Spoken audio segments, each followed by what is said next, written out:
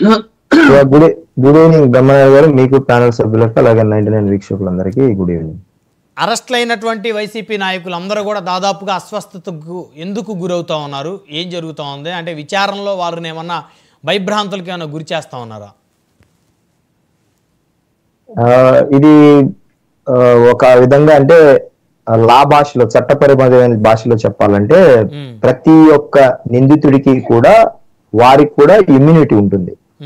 ఒకసారి లోపలికి అంటే పోలీసుల హ్యాండ్ ఓవర్ లోకి వెళ్ళిన తర్వాత నిందితుడు ఎవరైనా సరే కోర్టుకు సమర్పించిన తర్వాత పోలీసులదే బాధ్యత అవుతుంది. పూర్తి స్థాయిలో వారికి ఏం జరిగినా జైలు సూపరింటెండెంట్ బాధ్యత వహించాల్సి ఉంటుంది యాజ్ పర్ లా ప్రకారం.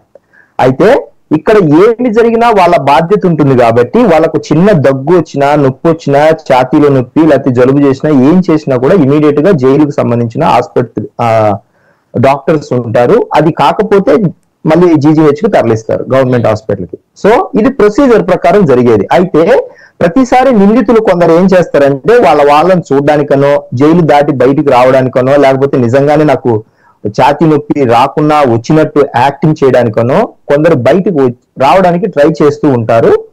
అలాగా మాకు తరచూ ఇలాగ నొప్పి వస్తుంది అని కోర్టు దృష్టికి తీసుకువెళ్ళి వాళ్ళు బెయిల్ త్వరగా పొందడానికి గల కారణాలను సాకులకు వెతుక్కోవడానికి ఇది కూడా ఒక కారణం అవుతుందన్నమాట. ఇప్పటి వరకు జరిగిన ట్రయల్ కు సంబంధించిన నిందితులు ఎవరైతే ఫ్రీక్వెంట్ గా బయటకు వస్తున్నారో, లైక్ నందిగం సురేష్ అని ఆయన మొన్న బయటకు వచ్చారు. ఏం చెప్పారు? కోర్టుకు సంబంధించి బాలేదంటే ఇమీడియట్ గా తరలించారు జీజీహెచ్ కి. అన్ని పరీక్షలు చేస్తే అంతా నార్మల్ ఉందని తిరిగి మళ్ళీ అన్ని తీసుకెళ్లడం జరిగింది. సో ఒక గ్రూప్ ఆఫ్ డాక్టర్స్ ఇన్వెస్టిగేషన్ చేస్తారు. ఆ గ్రూప్ ఆఫ్ డాక్టర్స్ ఎవ్రీథింగ్ ఏది రఘురామకృష్ణ సార్ చేసినట్టు కాదు, అలా కాదు. కొట్టి సూపరింటెండెంట్ సైతం నాకు గుర్తు లేదు, ఎక్కడ కొట్టారో నాకు తెలియదు, ఆయనకు అన్ని గాయాలు అయినట్టు నాకు గుర్తు లేదు అని చెప్పట్లేదు. ఇక్కడ గవర్నమెంట్ డాక్టర్స్ పూర్తిగా స్పృహలో ఉండి వారికి ఏమి అంతా అంటే పక్కాగా ఉన్న డాక్టర్ సర్టిఫికెట్స్ అన్ని ఈ ఈసీజీ కావచ్చు, మిగతా అదర్ ఏదైతే టెస్టులు చేస్తారో అవన్నీ కోర్టుకు సమర్పించిన తర్వాత ఏమీ లేదు, హీజ్ ఫైన్ అని మళ్ళీ తిరిగి జైల్లో ప్రవేశపెట్టడం జరుగుతుంది.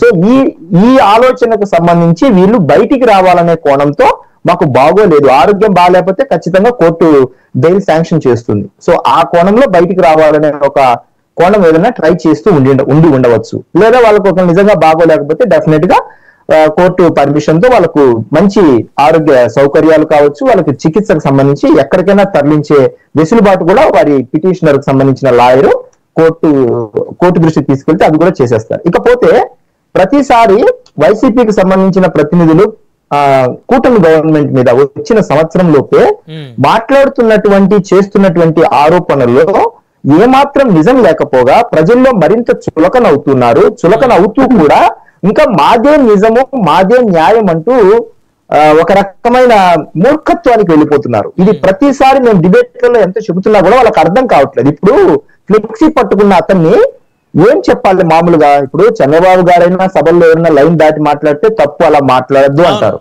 మేము లైన్ దాటి మాట్లాడినా మా అధినేత తప్పు అంటారు. అలాగా ఇప్పుడు వైసీపీకి సంబంధించిన అధినేతగా ఆయన ఉన్నప్పుడు ఒక ఫ్లెక్సీ కానీ, చెడ్డ మాటలు కానీ, సభల్లో మాట్లాడే బూతులు కానీ మాట్లాడుతున్నప్పుడు చిక్కటి చిరునవ్వుతో ఆనందిస్తూ ఉంటాడు. మరి దాన్ని ఏమనాలి?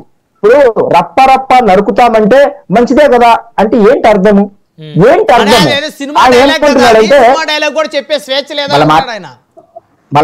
మళ్ళీ మాట్లాడండి, డిస్టర్బ్ చేయదు, నాకు వినపడదు, మళ్ళీ మాట్లాడండి. సో రప్ప రప్ప అనే మాటలు అలా నరుకుతామంటే ఎలా నరుకుతారు?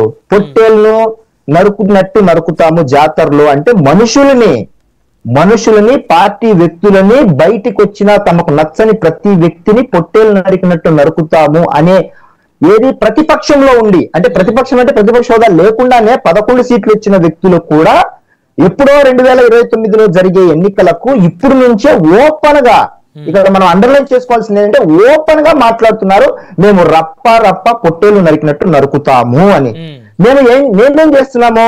అయ్యా మీరు గత 5 ఏళ్ల పాటు చేసిన తప్పులకు సంబంధించి ఆధారాలు ఉన్నాయి, ప్రజలు మాకు మ్యాండేట్ ఇచ్చారు, మీరు చేసిన అవినీతి, అక్రమ, దౌర్జన్య, అన్యాయాలకు సంబంధించిన వాటిల్లో తీసుకెళ్లి కోర్టు ముందర ప్రొజెక్ట్ చేస్తున్నాము. మేము ఎవరిని చట్టంలోకి చేతల్లోకి తీసుకోలేదు, చట్టాన్ని ఇలా చంపుతామని చెప్పలేదు, నరుకుతామని చెప్పలేదు. ప్రతి వ్యక్తిని తీసుకెళ్లి చట్టానికి చేతల్లో పెడుతుంటే కోర్టు వాళ్ళని రిమాండ్ చేస్తున్నాయి, వాళ్ళు బెయిల్ తెచ్చుకుంటున్నారు సుప్రీంకోర్టు వరకు వెళ్ళి. ఎక్కడైనా మేము కూటమి ప్రభుత్వంలో ఏ ఒక్క నాయకుడైనా ఏ పార్టీ వ్యక్తి అయినా వాళ్ళను హరాస్మెంట్ కానీ ఇంకోటి కానీ చేయడం జరిగిందా? ఇంతవరకు లేదు. యాజ్ పర్ ప్రొసీజర్ ప్రకారం వాళ్ళకి ఏవేవైతే ఇమ్యూనిటీ ఉందో ఇమ్యూనిటీ తెచ్చుకుంటున్నారు. యాజ్ పర్ లా ప్రకారం వాళ్ళ సెక్షన్లకు సంబంధించి వాళ్ళను బైండ్ ఓవర్ కానీ లేకపోతే కేసు కానీ జరుగుతోంది. ఇది ప్రొసీజర్ ప్రకారం జరుగుతోంది. కానీ వాళ్ళు ఏమంటున్నారంటే ప్రతిసారి మేము వస్తే గిన చంపేస్తాం డైరెక్ట్ గా చెప్పేస్తున్నారు. మంచిదే, తప్పేముంది, బ్లూ బుక్ లో ప్రతి ఒక్కరి పేరు రాసుకోండి. ఇక్కడ మాకు వాళ్ళకు ఉన్న తేడా చెబుతున్నాను. నేను ఎక్కడా పర్సనల్ గా తీసుకోవట్లేదు. పర్సనల్ గా తీసుకుంటే వేరేలాగా ఉంటది. ఈవెన్ ఇప్పుడు కూటమి గవర్నమెంట్ లో వచ్చిన తర్వాత టీడీపీ మంది ఎంతమంది చనిపోయినారండి మీరు చెప్పండి. మీకు రోజు తెలుసు కదా ఎన్ని హత్యలు చేశారు. గవర్నమెంట్ లో ఉండి ప్రభుత్వంలో ఉన్న వ్యక్తుల మీద, పార్టీ వ్యక్తుల మీద ఎలా చంపుతున్నారు, ఎలా దాడులు చేస్తున్నారు. సో ఇది మనం ఆలోచించాల్సిన విషయం. వాళ్ళ 11 ఏమన్నారు, తెలుగుదేశం వాళ్ళు చనిపోయారు, వైసీపీ వాళ్ళు చనిపోయారు అంటున్నా ఈ కక్షల్లో గొడవలు అంటే అన్నా. నేను ఇప్పుడు ఈ గవర్నమెంట్ వచ్చిన తర్వాత, ఇప్పుడు ప్రభుత్వంలో వచ్చిన తర్వాత అధికార పార్టీకి సంబంధించిన కార్యకర్తలు చనిపోవడం ఎక్కడైనా చూసామా? నేను అనేది అది. అలా చంపుకునే సంస్కృతికి ఎందుకు యువతను అలవాటు చేస్తున్నారు? ఇది పెద్ద పెద్ద కత్తులు తీసుకొని గ్రామాల్లో జాతరలో వెళ్తున్నారు ఆనందంగా సంబరపడుతూ. పిల్లల్ని ఎలా తయారు చేస్తున్నారు అంటే 20 ఏళ్ల పిల్లల్ని, జస్ట్ ఓటు హక్కు వచ్చిన పిల్లల్ని సర్వనాశనం చేస్తుంది వైసీపీ పార్టీ. ఇది నిజంగా సమాజానికి చాలా చాలా ప్రమాదకరమైన సంఘటనలుగా నేను చెప్తున్నాను. ఇర్రెస్పెక్టివ్ ఆఫ్ పార్టీస్ ఈ సంస్కృతి వైసీపీ తీసుకొస్తుంది, దాన్ని ప్రొలాంగ్ చేస్తుంది.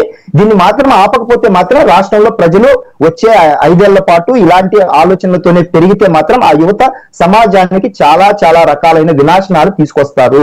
కత్తులు పట్టుకొని తిరిగే సంస్కృతి ఏదైతే ఉందో అది మొదట్లోనే ఇది తప్పు అని మొత్తం సమాజము ఆ పార్టీ వ్యక్తులు అణిచివేయకపోతే వాళ్ళు సమాజానికి చాలా చాలా పెద్ద అన్యాయం చేసిన వాళ్ళు అవుతారు.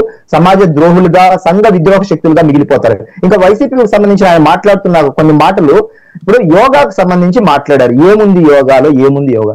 యోగా 2015లో 175 దేశాలను మోడీ గారు ఒప్పించి యోగాకు ఒక శాశ్వతమైన ప్రపంచ స్థాయి గుర్తింపు తీసుకొచ్చారు. అది మన దేశానికి సంబంధించిన గర్వకారణానికి సంబంధించిన విషయం. అది దాన్ని మనం ప్రౌడ్ గా ఫీల్ అవ్వాలి. ఇకపోతే పిల్లల్ని ఇబ్బంది పెట్టారు, లేకపోతే ఇళ్లలో యోగా చేసుకోవచ్చు కదా.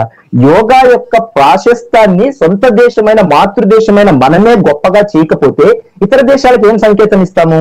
కాబట్టి దేశంలోని అన్ని రాష్ట్రాలకు సంబంధించి, ముఖ్యంగా మన రాష్ట్రానికి సంబంధించి మొదటి నుంచి 2 నెలల నుంచి ఈ ఏర్పాట్లు చేసుకుంటూ వస్తున్నాము. చాలా ఘనంగా చేసుకున్నాము. ఇతర దేశాలకు ఒక రోల్ మోడల్ గా ఉండడం కోసము విశాఖపట్నంలో 5 లక్షల మందితో చేయాల్సి వచ్చింది. చేశాము, అద్భుతంగా జరిగింది. అక్కడక్కడ చిన్న చితగా ఇప్పుడు మనకున్న సంఖ్యకు సంబంధించి, మనకున్న అధికారులకు సంబంధించి ఉన్న దాంట్లో చాలా అద్భుతంగా చేశాం. చిన్న చితగా ఏది ప్రమాదం లేకుండా 5 లక్షల మందిని తరలించి 5 లక్షల మంది తిరిగి క్షేమంగా ఇంటికి తీసుకెళ్దాం. పిల్లలతో మా పాప కూడా వెళ్ళింది ఈ రోజు యోగాకి. నేనే దిగబెట్టాను, నేను వెళ్ళాను యోగాకి. సో ఎక్కడైనా చిన్న చితగా ఉంటే ఆ గంట సేపు చూసుకొని, మనం రికార్డు కోసం కాదు, ఇక్కడ ఇతర దేశాలకు రోల్ మోడల్ గా ఉండడానికి యోగా మన మాతృ సంస్థ, మన మాతృదేశానికి సంబంధించిన ఒక గర్వ